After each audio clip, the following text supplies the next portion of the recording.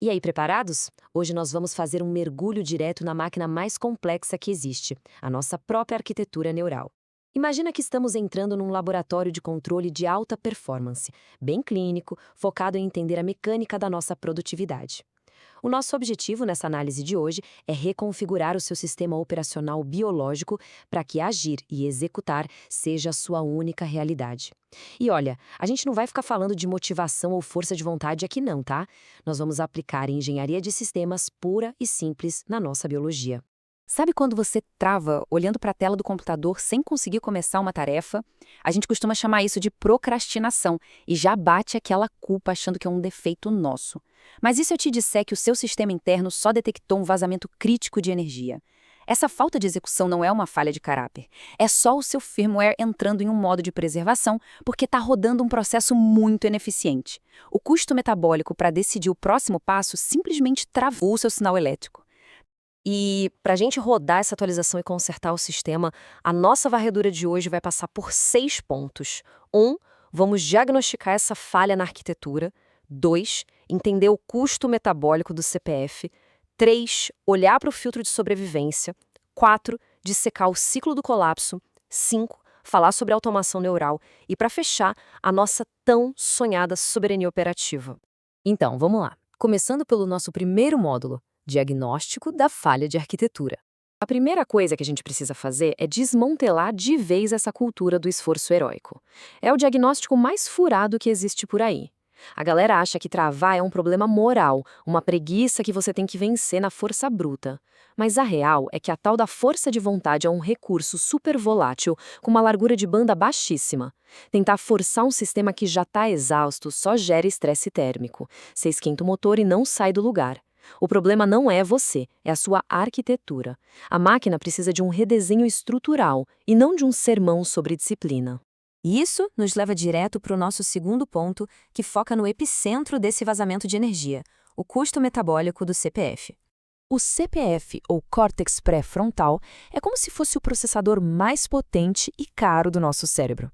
É ele que cuida das decisões conscientes e da lógica. O problema é que rodar esse processador consome quantidades absurdas de oxigênio e glicose. A cada microdecisão que você toma, os seus recursos de sistema despencam, e é aí que entra a famosa fadiga de decisão. Quando a energia cai demais, o seu hardware biológico faz o quê? Ele impõe um desligamento forçado, um modo de segurança, para evitar que o sistema derreta de vez.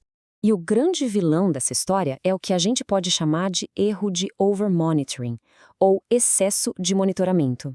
É quando você usa o processador consciente para vigiar cada milímetro de uma tarefa. Isso cria uma latência terrível, porque o custo metabólico de ficar pensando e monitorando a ação acaba sendo maior do que o custo de simplesmente agir. O sistema fica lá analisando infinitas variáveis e toda a energia elétrica dissipa antes de virar movimento real.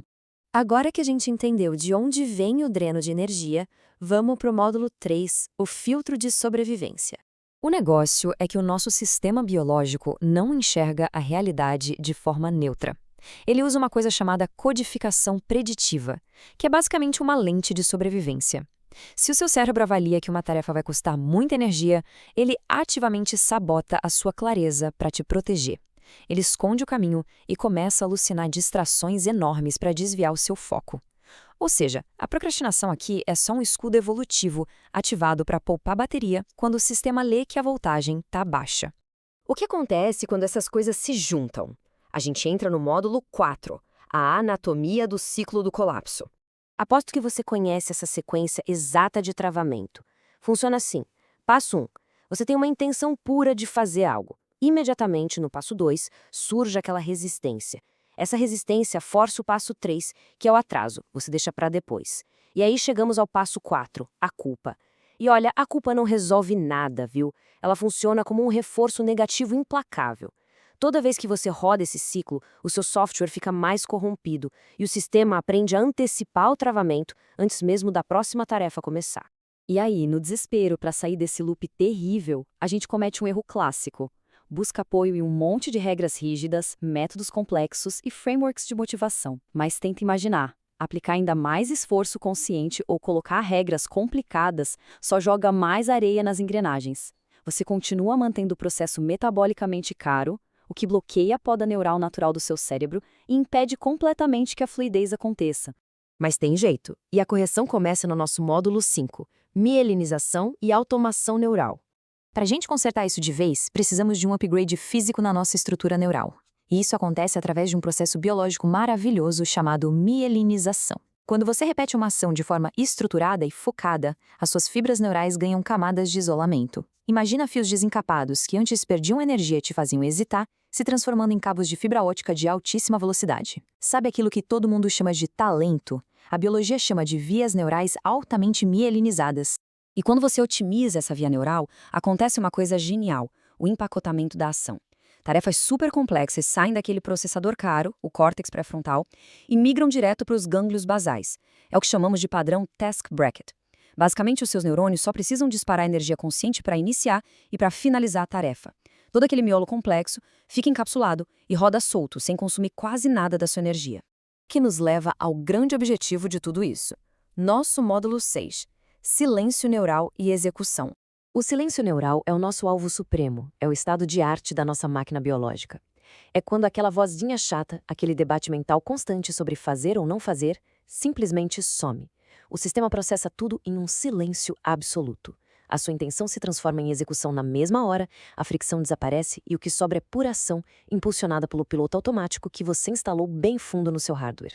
Mas como a gente força o sistema a chegar lá? O primeiro patch de atualização que você tem que rodar é a delegação de decisão. Se a máquina travar porque você está pensando demais, a instrução é simples.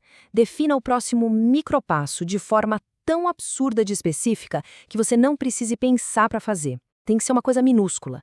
Isso suspende o excesso de monitoramento do CPF na hora e destrava o mecanismo para você poder agir.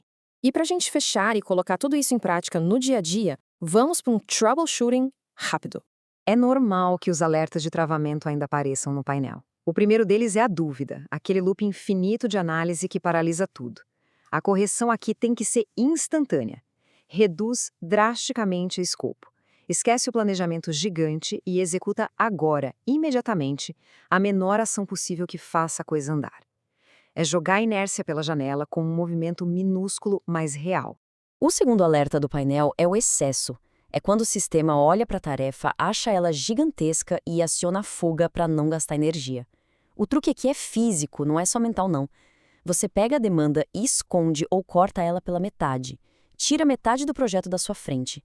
Isso burla o mecanismo de defesa do seu cérebro na hora, porque você apresenta uma conta de energia muito mais barata, forçando o processador a liberar a execução daquela metade que sobrou. E o terceiro alerta de erro é um medo invisível. Aquela resistência maluca, sem nenhum perigo real, só o seu cérebro simulando que você vai falhar miseravelmente. A solução é forçar a extração de uma versão mínima. Faz um rascunho tosco, caótico, de qualquer jeito mesmo.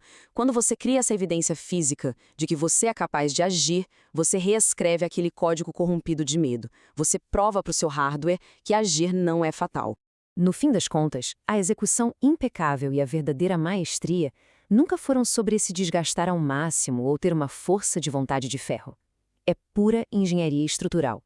Quando você desenha o seu sistema de um jeito que tira a fricção neurobiológica do caminho, a resistência despenca e as coisas simplesmente começam a fluir de maneira inevitável.